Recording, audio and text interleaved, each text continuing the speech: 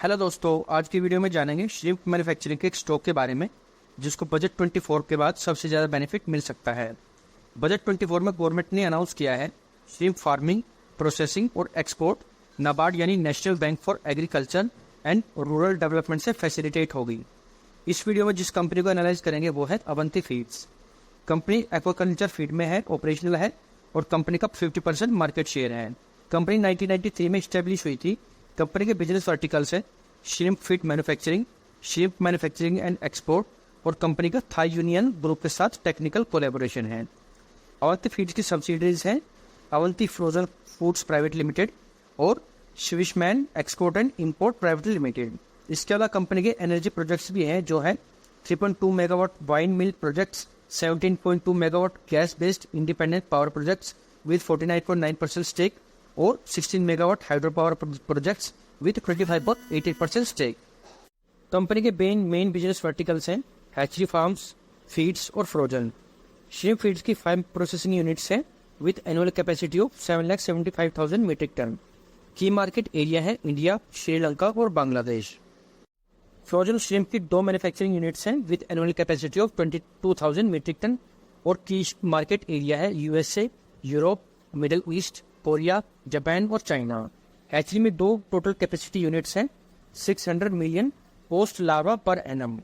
Company के की market area है USA, Canada, south Africa, middle east, Europe, Russia, China, Korea, Japan etcetera. Company के certifications में शामिल है FDA, IFS food, FSSAI, ISO 22000-2005, BRC, global, ESC, HACCP, हलाल, FSSC 22000, global aquaculture, whole foods, fair trade और aquaculture certification council. Company का product wise breakup है shrimp feed 77.1%, shrimp processing 22.3% और shrimp hatchery 0.6%। Location wise breakup है USA 73%, EU 6%, Canada 10% और other है 11%। Capex breakup है power 0.7%, shrimp processing है 21.1%, shrimp feed है 30.3% और अदर है 47.9%। अब करेंगे कंपनी का fundamental analysis. Market cap 10,150 crore रुपए, book value 174 rupees, price earning ratio है 30.1, इंडस्ट्री पी है 38.4, डेट टू इक्विटी है 0.01, प्लस परसेंटेज है 0, फ्री कैश फ्लो 3 ईयर्स का 157 crore rupees, PG ratio 5.37, EV to EBITDA ratio है 15.7, करंट रेशियो है 5.13, sales growth है 3 years की 9.4% और प्रॉफिट ग्रोथ 3 ईयर्स की है 1.44%। शेयर होल्डिंग पैटर्न्स, प्रमोटर के पास 43.2% स्टेक है जो लास्ट क्वार्टर से अनचेंज्ड है और लास्ट ईयर के 43.3% से कम है। एफआईआई के पास 14.3% स्टेक है जो लास्ट क्वार्टर के 14.1% और लास्ट ईयर के 13.1% से बढ़ा है। पब्लिक की बात करें तो पब्लिक के पास 33.4% स्टेक है जो लास्ट क्वार्टर से 32.4% और लास्ट ईयर के 31.9% से बढ़ा है। म्यूचुअल फंड्स के पास 5.7% स्टेक है जो लास्ट क्वार्टर के 6.9% और लास्ट ईयर के 8.8% से कम हुआ है। अदर इंस्टीट्यूशंस के पास 2.9% स्टेक है जो लास्ट ईयर के से 3.4% से कम हुआ है। Ratio analysis, ROCE return capital percentage 2019-20 में 33%, 2021 में है 28%, 21-22 में है 18% और 23-24 में है 20%। आरओई रिटर्न ऑन इक्विटी 2019-20 में 24%, 2021 में 20%, 21-22 में है 14% और 23-24 में है 16%। नेट डेट टू इक्विटी जो 0 है। इन्वेंट्री डेज है 2019-20 में है 52 से 2023-24 में 72 और रिसीवेबल डेज है 2019-20 में 6, 2022-23 में 8 और 2023-24 में है 9। फाइनेंशियल्स, रेवेन्यू 2019-20 में 4,186 करोड़ रुपए, 2020-21 में 4,191 करोड़ रुपए, 2021-22 में 5,118 करोड़ रुपए, 2022-23 में 5,189 करोड़ रुपए और 2022-23 में 5,506 करोड़ रुपए। एबिटा 2019-20 में 524 करोड़ रुपए, 2020-21 में 553 करोड़ रुपए, 2021-22 में 367 करोड़ रुपए, 2022-23 में 471 करोड़ रुपए और 2023-24 में 595 करोड़ रुपए। एबिटा मार्जिन परसेंटेज 2019-20 में 13%, 2020-21 में 13%, 2021-22 में 7%, 2022-23 में 9.09% और 2023-24 में 10.8%। प्रॉफिट आफ्टर टैक्स 2019-20 में 386 करोड़ रुपए, 2020-21 में 397 करोड़ रुपए, 2021-22 में 245 करोड़ रुपए, 2022-23 में 312 करोड़ रुपए और 2023-24 में 393 करोड़ रुपए। ईपीएस अर्निंग पर शेयर 2019-20 में 25.43 रुपए, 2020-21 में 26.43 रुपए, 2021-22 में 16.26 रुपए, 2022-23 में 20.45 रुपए और 2023-24 में 26.21 रुपए। Board of directors mister A Indra Kumar, chairman and managing director, mister C Ramachandra Rao, joint managing director, mister N Rama Prasad, non executive director, mister A Venkatesh Sanjeev, executive director, mister बुल्लेशिक, नॉन एग्जीक्यूटिव डायरेक्टर, मिस्टर पीराशेख, non executive director, mister J V रामोदू, non executive independent director और mister NVDS Raju, non executive independent director. Company के board of directors के member well experienced है, जो company की एक स्ट्रेंथ है।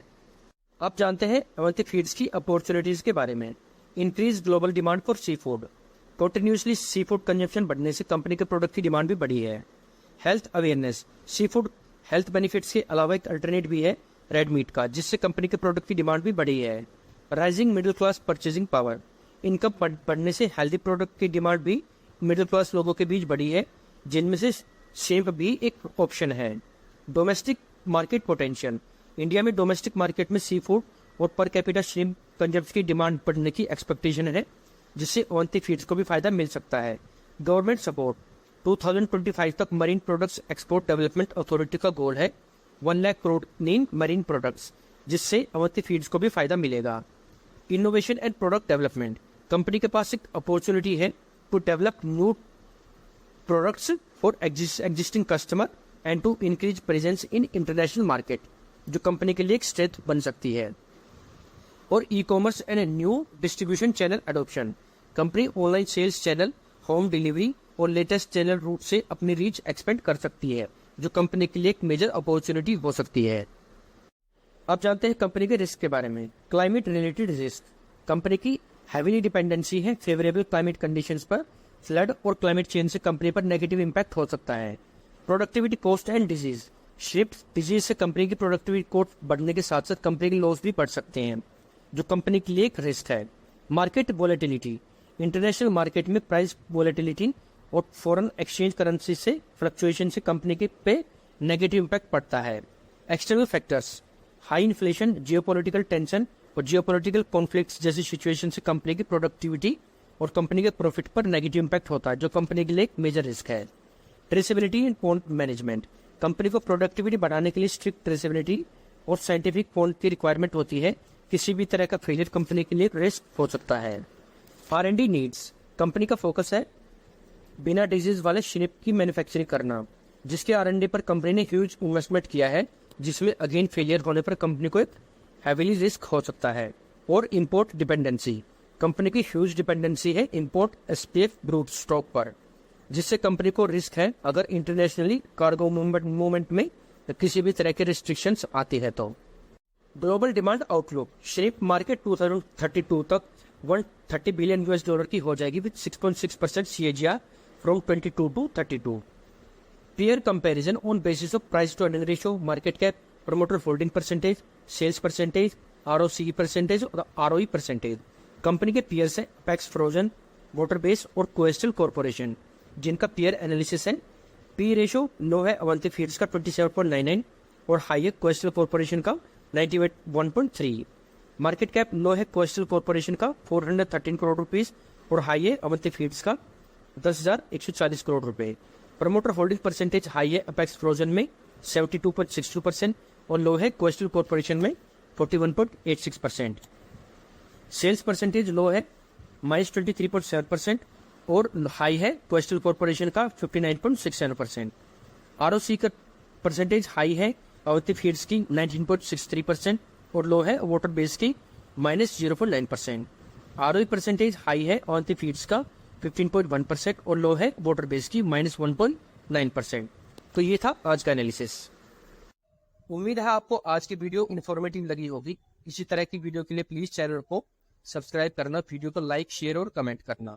मिलते हैं नेक्स्ट वीडियो में, तब तक के लिए सीखते रहिए और कमाते रहिए। Thanks for watching.